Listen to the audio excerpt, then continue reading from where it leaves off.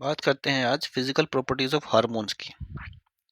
ठीक है, तो फिजिकल प्रॉपर्टीज क्या क्या होती हैं।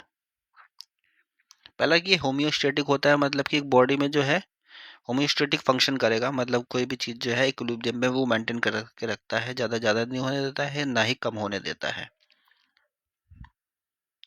दूसरा कि ये मोस्टली जो है इनएक्टिव फॉर्म में होते हैं। हार्मोन्स अगर देखा जाए इनएक्टिव फॉर्म्स में रहेंगे ये, अगर प्लाज्मा मेम्ब्रेन से अगर बाउंड है तो। थर्ड, ये नॉन एंटीजेनिक होते हैं, मतलब कि ये कोई भी रिएक्शन नहीं करता है हमारी इम्यूनोग्लोबिन्स एंटीबॉडीज के साथ, हमारी बॉडी में प्रेजेंट रहता है, सेल्फ रिकॉग्नाइज किया जाता है एंटीबॉडीज के द्वारा। नेक्स्ट कि ये नॉन न्यूट्रिएंट्स हैं, इसमें कोई न्यूट्रिएंट्स नहीं होता है, ऐसा नहीं कि ग्रोथ मतलब जैसे कार्बोहाइड्रेट प्रोटीन वगैरह, ये इस तरीके जो न्यूट्रिएंट्स होते हैं विटामिन मिनरल्स, ये सब चीज़ें नहीं होंगी। तो नॉन न्यूट्रिएंट फॉर्म में होगा ये, इससे कोई न्यूट्रिशन नहीं मिलता है।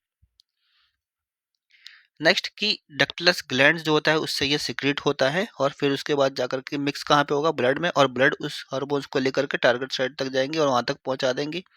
वहाँ पे फिर जो है लिगैंड बाइंडिंग और रिसेप्टर बाइंडिंग होगा, या तो फिर अगर दूसरा हार्मोन है तो फिर वो सीधा न्यूक्लियस मेम्ब्रेन के अंदर चला जाता है रिसेप्टर और लिगैंड बाइंडिंग के साथ जाकर के वहाँ पे डीएनए को खोल करके कुछ ना कुछ प्रोटीन सिंथेसिस करेगा। तो दो लेवल पे होगा, या तो फिर प्लाज्मा मेम्ब्रेन के ऊपर ही जाकर काम करेगा, या तो फिर न्यूक्लियस के अंदर जाकर काम करेगा।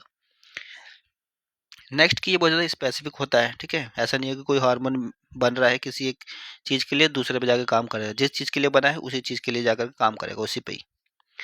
नेक्स्ट की लो मोलिकुलर वेट होते हैं। ठीक है, बहुत सिंपलर होते हैं, छोटे छोटे से होते हैं, बहुत कम निकलते हैं, लो मोलिकुलर वेट रहेंगे, स्लो एंड स्टडी रहेगा। ठीक है, बहुत स्लो काम करते हैं ये, धीरे धीरे काम करते हैं, ऐसा नहीं कि जैसे न्यूरॉन्स काम करते हैं, तुरंत फटाक से मैसेज आया फटाक से काम कर दिया, ये थोड़ा स्लो होंगे। ये स्टोर नहीं होते हैं बॉडी में कहीं पे भी। ठीक है, और ये वन टाइम यूज़ होता है, एक बार यूज़ हुआ ख़त्म हो गया, फिर दोबारा बनेगा तो दोबारा यूज़ होगा। ठीक है, कहीं पे भी स्टोरेज नहीं होगा उसका, यूनिडायरेक्शनल होता है। जैसे रिएक्शन देखते हो आप, सबस्ट्रेट से प्रोडक्ट बनता है, सेम उस तरीके से जो रिएक्शन होगी वो आगे की तरफ ही बढ़ेगी, वो रिवर्स में नहीं जाएगी कभी भी। नेक्स्ट कि ये परमिसिव होता है। परमिसिव मतलब कि बन तो गया है, ऐसा नहीं कि तुरंत बनने के बाद रिएक्शन कर देगा, कहीं ना कहीं जाएगा, वहाँ पे परमिशन अलाउ होगी तो वो जाकर के आगे का काम करेगा।